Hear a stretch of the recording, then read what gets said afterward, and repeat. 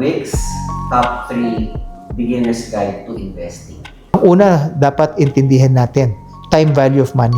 Ang pera, over a period of time, mas lumalago pagka ikaw ay nagsimula mag-impok ngayon.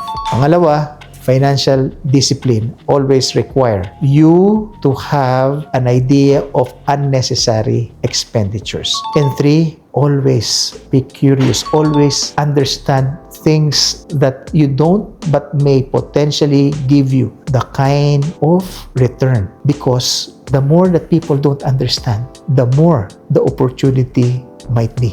Kaya dapat maintindihan mo ang iba't ibang mga nangyayari paligid mo, sapagkat baka ikaw ang makatumbok na kaya pala hindi nila naiintindihan at kaya ikaw lang ang naroon. Okay?